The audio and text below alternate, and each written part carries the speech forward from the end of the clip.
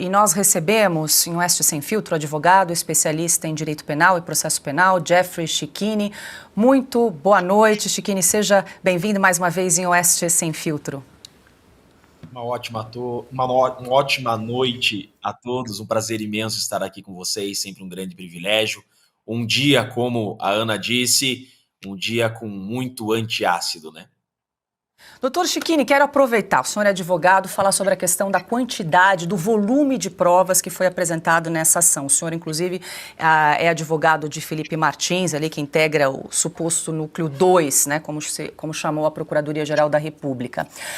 Hoje, na leitura do voto, o ministro Alexandre de Moraes afastou todas as nulidades e investiu um tempo ali para rebater essa alegação de cerceamento de defesa por conta da quantidade de provas. O ministro Alexandre de Moraes disse que a defesa teve acesso integral às mesmas provas da acusação, inclusive disse que entre a apresentação dessas provas e as alegações finais se passaram ali 4 meses para que a defesa pudesse se debruçar sobre todo o conteúdo probatório.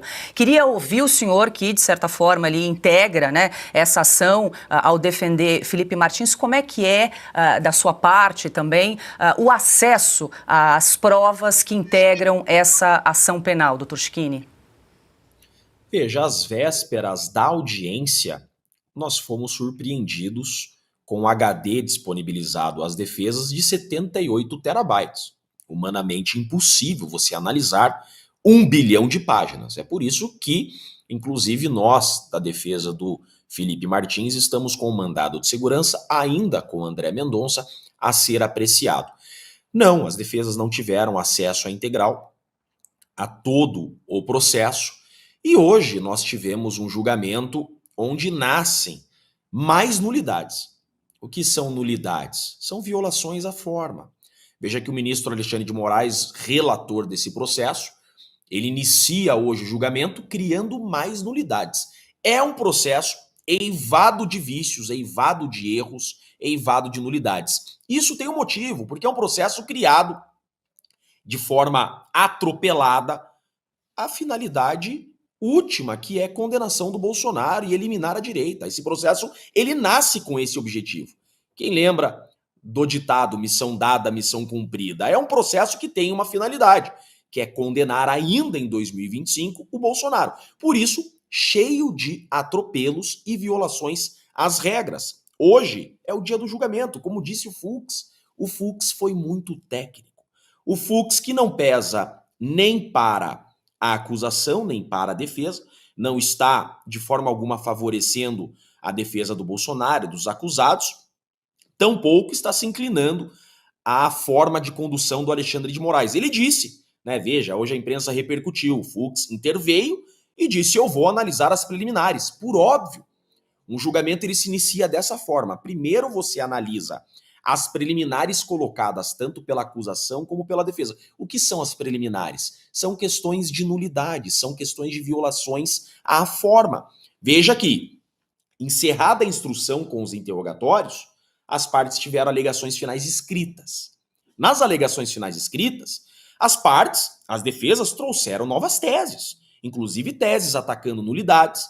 Vieram as alegações finais orais e agora é o julgamento. O ministro Alexandre de Moraes, ele pulou a etapa no julgamento hoje de discutir as nulidades, criando aqui mais uma nulidade para entrar para os anais desse processo. O que acontece quando o Alexandre de Moraes ele pula a análise das teses de nulidade das partes? Viola a Constituição Federal. Artigo 93, inciso 9, que diz que o juiz tem que atacar todos os pontos. E isso ele não o fez. Por isso que o Fux, ele interveio daquela forma. Mas provas, que provas foram mostradas? Eu vi inúmeras contradições da decisão do ministro Alexandre de Moraes em relação, inclusive, à delação do Mauro Cid. Vejam a incongruência. Ora, o que o Mauro Cid diz é utilizado, ora, o que o Mauro Cid diz não é utilizado. O que se utiliza das falas do Mauro Cid? Só quando suas falas são contra os acusados.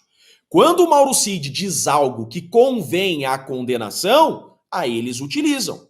Por exemplo, quando ele fala que existiu uma minuta de golpe. Agora, quando o Mauro Cid diz que a minuta do seu celular não era a minuta do golpe, isso não serve. O Mauro Cid respondeu a mim que aquela minuta do seu celular não era a minuta do golpe. Hoje o Alexandre de Moraes insistiu em dizer que a minuta do golpe foi encontrada no celular do Mauro Cid. O Mauro Cid respondeu a mim que não houve organização criminosa. O ministro Alexandre de Moraes insiste em dizer que houve organização criminosa. Então, é um processo de 78 terabytes. 78 terabytes. Nós nunca tivemos no Brasil um processo contra a corrupção, contra a lavagem de dinheiro, contra terrorismo, contra narcotraficante, contra a pedofilia desse tamanho. É o maior processo da história do Brasil. E você não tem uma prova de tentativa de golpe. Você tem o Mauro Cid, que tecnicamente não é delator, porque sequer confessou um crime. Eu perguntei ao Mauro Cid, você queria golpe? Ele não quis responder. Primeiro requisito para o delator, confissão. Mauro Cid nunca confessou o crime. Segundo requisito, que apresente provas documentais. Mauro Cid nunca apresentou provas documentais. O que nós temos? Eu assisti a íntegra do voto do ministro Alexandre de Moraes e tudo que se tem são narrativas. O que são narrativas? São falas sem provas. São falas sem documentos. Só narrativas. E aquilo que é apresentado pela defesa é desconsiderado. Não existe prova de tentativa de golpe, porque não houve tentativa de golpe.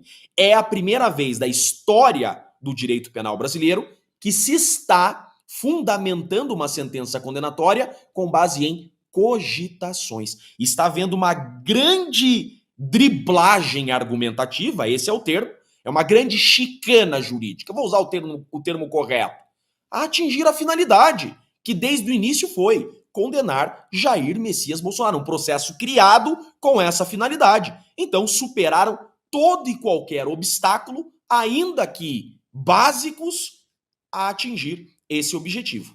Doutor Chiquini, só para esclarecer para a nossa audiência a questão procedimental ali no julgamento de hoje. O senhor disse que o ministro Alexandre de Moraes teria atropelado a etapa da discussão das nulidades, foi inclusive levantado pelo ministro Luiz Fux. Mas em outro momento, Luiz Fux disse que foi acordado entre os 5 ministros que não haveria discussão durante a leitura do voto. Só para explicar, a leitura das preliminares ali em relação às nulidades seria um momento anterior à discussão do mérito, onde deveria ter havido debate e a discussão entre os ministros? Essa é a praxe? É o que era esperado? É um órgão colegiado. Então, no órgão colegiado, eles fazem acordos de cavalheiros entre eles. Pelo que eu entendi do Fux, ele disse o seguinte, ali atrás no bastidor, nós combinamos que como o julgamento é longo, a gente não vai ficar interferindo, a gente não vai ficar intervindo na fala do outro. Um acordo de cavalheiros. E quando o Flávio Dino interveio na fala do Alexandre de Moraes, o Fux não gostou, porque houve ali uma quebra da confiança de um combinado entre eles. Agora, com relação a preliminares, o julgamento ele é exatamente o seguinte. O julgamento ele é dividido em 2 partes. É exatamente assim que funciona. Primeiro você vai julgar as questões preliminares, que são questões de nulidade. São questões que dizem respeito à forma, porque o processo tem um rito a ser seguido. Eu vou dar um exemplo para o povo entender de forma mais simples. Testemunha de acusação fala antes que testemunha de defesa. Se a testemunha de defesa falar antes que a testemunha de acusação, você teve a inversão da forma. Então, essa inversão gera nulidade. É uma questão preliminar. É uma questão que tem que ser discutida antes de iniciar o julgamento dos fatos. Então, eles superaram. O Alexandre de Moraes não quis ter essa primeira parte do julgamento. Ele disse o seguinte, que não há que se analisar preliminares porque elas já foram julgadas quando do recebimento da denúncia. Grande erro. Grande atecnicismo, que é o que se viu hoje. Aquela sessão televisionada de recebimento da denúncia, que foi aquela sessão onde se decidiu se o Bolsonaro viraria réu ou não, naquele momento se estava a analisar preliminares das respostas à acusação. Hoje tem que analisar as preliminares das alegações finais, que é a última defesa. Então, ele não analisou partes das defesas apresentadas em alegações finais, dizendo, não, essas preliminares nós já analisamos. Não, isso é técnico. Isso viola o devido processo legal. Isso viola a Constituição da República. Aqui está um grande erro. Ele só poderia avançar para a discussão de fato, que é mérito. O que significa mérito? Mérito é fatos e provas, tá? Se ele tivesse primeiro analisado todos os pontos da defesa. Porque o juiz, isso é regra, tá? o juiz ele tem que analisar todos os argumentos da defesa. Todos. E ele não quis analisar os argumentos que atacaram questões de nulidade. Perfeito. Deixa eu incluir Silvio Navarro, que também tem uma pergunta para o advogado Jeffrey Schichini. Doutor Schichini, boa noite, é um prazer revê-lo. Doutor Schichini, eu queria pedir ao senhor, por gentileza, e da forma mais didática possível, que o senhor explicasse como é que funcionam os recursos. Por quê? Muito se fala, há uma expectativa sobre o voto do ministro Luiz Fux, não sabemos, evidentemente, assim como outros ministros, mas como funciona a questão do recurso? O embargo infringente, quantos votos são necessários? Ou, por exemplo, um voto singular, ainda que singular, dissonante de um dos ministros, poderia, as defesas poderiam fazer com que o pleno se manifestasse sobre eventuais controvérsias, sobre atropelos, sobre o rito. Qual é o caminho para um eventual recurso ao plenário, que já foi negado anteriormente, mas de uma forma didática, porque há muita dúvida sobre isso. Ah, não, são necessários 2 votos de ministros, não, mas um pode ser que já basta, enfim. Como não sou profissional do direito, eu queria recorrer a um profissional do direito. Navarro, ótima sua pergunta, até porque nós fomos surpreendidos agora no final da tarde com um voto do Flávio Dino. Vocês perceberam que o Flávio Dino abriu uma divergência com relação à pena do general Heleno, do Ramagem e do Paulo Sérgio? O que diz o regimento interno do STF? Artigo 333 do regimento interno.